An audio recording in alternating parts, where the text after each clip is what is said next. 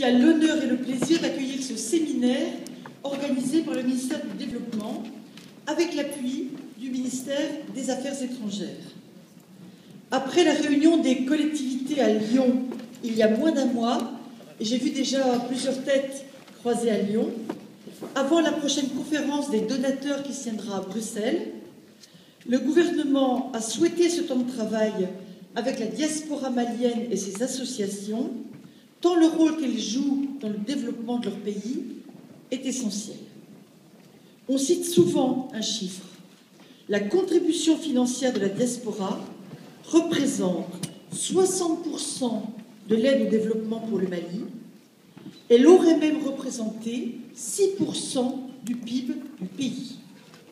Mais aujourd'hui, je ne crois pas que ce soit les chiffres qui nous importent, mais bien les objectifs, les méthodes, les bonnes pratiques de la diaspora, qu'il faut mettre davantage en évidence pour mieux adapter la coopération française au développement dans la nouvelle phase que va connaître le Mali. Ce n'est évidemment pas un hasard si notre ville a été choisie pour accueillir cette réunion. Montreuil et le Mali, c'est une longue histoire, riche, passionnante, positive, porteuse de valeurs et porteuse d'espoir. Une coopération très riche avec le cercle de Yélimané, mais aussi une implication très forte de la communauté malienne dans la vie montreuilloise. D'abord par la vie des nombreux foyers de travailleurs migrants.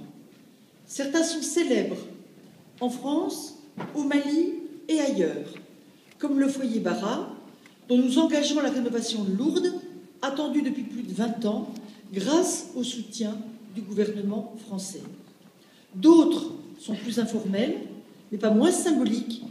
Ils sont soutenus par la municipalité, comme le foyer autogéré du Centenaire ou celui dit du collectif des Sorins. Ils sont présents aujourd'hui parmi nous. Mais les